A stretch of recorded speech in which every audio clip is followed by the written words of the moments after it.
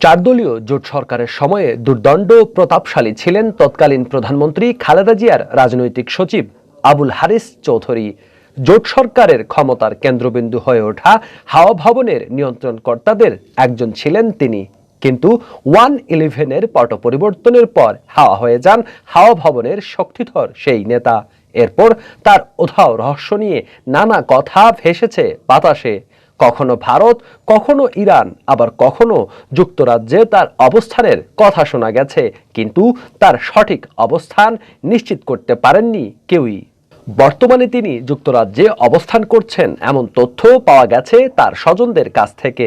যুক্তরাজ্যে পরিবারের সাথেই আছেন তিনি। করোনা আক্রান্ত হয়ে কয়েকদিন হাসপাতালে চিকিৎসা নিয়ে বর্তমানে তিনি বাসায় অবস্থান করছেন বলে জানা গেছে। করোনা হওয়ার পর তার ফুসফুসে সমস্যা দেখা দিয়েছে বলে সূত্র নিশ্চিত করেছে। তবে অপর একটি সূত্র জানিয়েছে তিনি ভারতে অবস্থান করছেন এবং সেখানেই করোনা আক্রান্ত হয়েছেন। গত 16 আগস্ট সোমবার সন্ধ্যা থেকে সিলেট বিএনপি ও ছাত্র দলের কয়েকজন নেতা ফেসবুকে হারিস চৌধুরীর অসুস্থতার খবর জানিয়ে তার জন্য দোয়া চান। এরপর থেকে সিলেট জুড়ে ফের আলোচনায় আসেন হারিস চৌধুরী। তবে যারাই ফেসবুকে স্ট্যাটাস দিয়ে দোয়া চেয়েছেন তাদের কেউই হারিস চৌধুরীর অবস্থান নিশ্চিত করতে পারেননি। এই স্ট্যাটাসের সূত্র ধরে যোগাযোগ করা হয় হারিস চৌধুরীর চাচাতো ভাই সিলেট জেলা বিএনপির সাবেক সহসভাপতি ও কানাইঘাট উপজেলা পরিষদের সাবেক চেয়ারম্যান আশিক চৌধুরীর সাথে। তিনি জানান, সোমবার যুক্তরাজ্যে অবস্থানরত তার এক চাচাতো ভাই ফেসবুকে অসুস্থতার খবর জানিয়ে স্ট্যাটাস দেন। এই স্ট্যাটাস দেখে তিনি যুক্তরাজ্যে অবস্থানরত হারিস চৌধুরীর মেয়ে মুন্নু চৌধুরীকে ফোন দেন। মুন্নু তার বাবার অসুস্থতার খবর নিশ্চিত করে জানান তার ফুসফুসে সমস্যা দেখা দিয়েছে। হাসপাতালে কয়েকদিন চিকিৎসা নিয়ে বর্তমানে তিনি বাসায় আছেন। আশিক চৌধুরী জানান, উধাও হয়ে যাওয়ার পর থেকে হারিস চৌধুরীর সাথে তাদের আর কোনো যোগাযোগ হয়নি। বর্তমানে হারিস চৌধুরীর স্ত্রী ও মেয়ে যুক্তরাজ্যে অবস্থান করছেন। ছেলে জনি চৌধুরী নরওয়ের একটি তেল কোম্পানিতে উচ্চ পদস্থ কর্মকর্তা হিসেবে কাজ করেন। হারিস চৌধুরীর শারীরিক অবস্থা খারাপ ও তিনি করোনা আক্রান্ত এমনটা শুনেছেন বলে জানিয়েছেন জকিগঞ্জ উপজেলা পরিষদের সাবেক চেয়ারম্যান ও পৌর বিএনপির আহ্বায়ক ইকবাল আহমেদ। তিনি হারিস চৌধুরীর ঘনিষ্ঠজন ছিলেন। তিনি জানান, লোকমুখে তিনি শুনেছেন হারিস চৌধুরী গুরুতর অসুস্থ, তার করোনা হয়েছে। হারিস চৌধুরীর পরিবার দীর্ঘদিন ধরে যুক্তরাজ্যে অবস্থান করছেন। হারিস চৌধুরী উধাও হয়ে যাওয়ার পর তারা আর দেশে ফেরেননি। সূত্র জানায়, হারিস চৌধুরী তার পরিবারের সাথে যুক্তরাজ্যে অবস্থান করছেন। কয়েকদিন আগে তার করোনা পজিটিভ ধরা পড়লে তাকে হাসপাতালে ভর্তি করা হয়। অবস্থার কিছুটা উন্নতি হলে তাকে বাসায় নিয়ে আসা হয়। তবে তার ফুসফুসে সংক্রমণ রয়েছে। করোনা ছাড়াও বার্ধক্যজনিত নানা রোগে তিনি ভুগছেন। হারিস চৌধুরী আগেই ব্লাড ক্যান্সারে আক্রান্ত ছিলেন। সর্বশেষ 2002 সালে তিনি যুক্তরাষ্ট্রে গিয়ে রক্ত পরিবর্তন করে আসেন।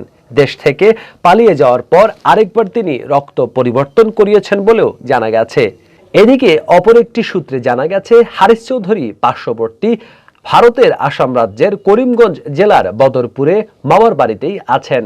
সেখান থেকে তিনি ব্যবসা করছেন। কয়েকদিন আগে সেখানেই তিনি করোনা আক্রান্ত হন। এরপর রক্তে অক্সিজেনের পরিমাণ কমে গেলে স্থানীয় একটি হাসপাতালে ভর্তি করা হয়। 2 থেকে 3 দিন পর তাকে বাসায় নিয়ে যাওয়া হয়। তার ফুসফুসে সংক্রমণ রয়েছে। তার চিকিৎসার দেখভাল করছেন তার এক ব্যবসায়িক পার্টনার। তিনি আগেই করোনার 2 ডোজ ভ্যাকসিন নিয়েছেন বলে জানা গেছে। 2007 সালে দেশে জরুরি অবস্থা জারির সপ্তাহখানেক পর স্ত্রীকে নিয়ে গ্রামের বাড়ি সিলেটের কানাইঘাট উপজেলার দর্পণনগরে বেড়াতে আসেন হারিস চৌধুরী। ওই দিন বাড়ির পার্শ্ববর্তী জকিগঞ্জ উপজেলার কালীগঞ্জ বাজারস্থ ইসামতি টাইটেল মাদ্রাসায় তিনি বক্তব্য রাখেন। বক্তব্য শেষে তিনি বাড়ি ফিরে যান। রাত 12টার পর তার ব্যক্তিগত সহকারী আতিক মোবাইল ফোনে ঢাকায় বিএনপি নেতাদের বাসায় যৌথ বাহিনীর অভিযানের কথা জানান। এ খবর পেয়ে হারিস চৌধুরী স্ত্রীকে নিয়ে সিলেটের উদ্দেশ্যে রওনা হন। এর কয়েক ঘন্টা পর যৌথ বাহিনী তার বাড়িতে হানা দিলে তাকে পায়নি। এরপর কয়েকদিন সিলেটের বিভিন্ন স্থানে আত্মগোপনে থেকে 2007 সালের 29 জানুয়ারি জকিগঞ্জ সীমান্ত দিয়ে রাতের আধারে ভারতে পালিয়ে যান বিএনপি সরকারের দাপুটে এই নীতি নির্ধারক। এরপর তিনি ওঠেন নানার বাড়ি ভারতের আসাম রাজ্যের করিমগঞ্জ জেলার বদরপুরে। এরপর পাকিস্তান হয়ে ইরানে তার ভাই আব্দুল মুকিত চৌধুরীর কাছে পৌঁছান এমন খবরও চাউর হয়। ইরানে কয়েক বছর থেকে তিনি যুক্তরাজ্যে পরিবারের কাছে যান। সেখান থেকে ভারতে যাতায়াত করতেন এবং ব্যবসা বাণিজ্য দেখভাল করতেন বলে একাধিক সূত্র বিভিন্ন সময় নিশ্চিত করেছে।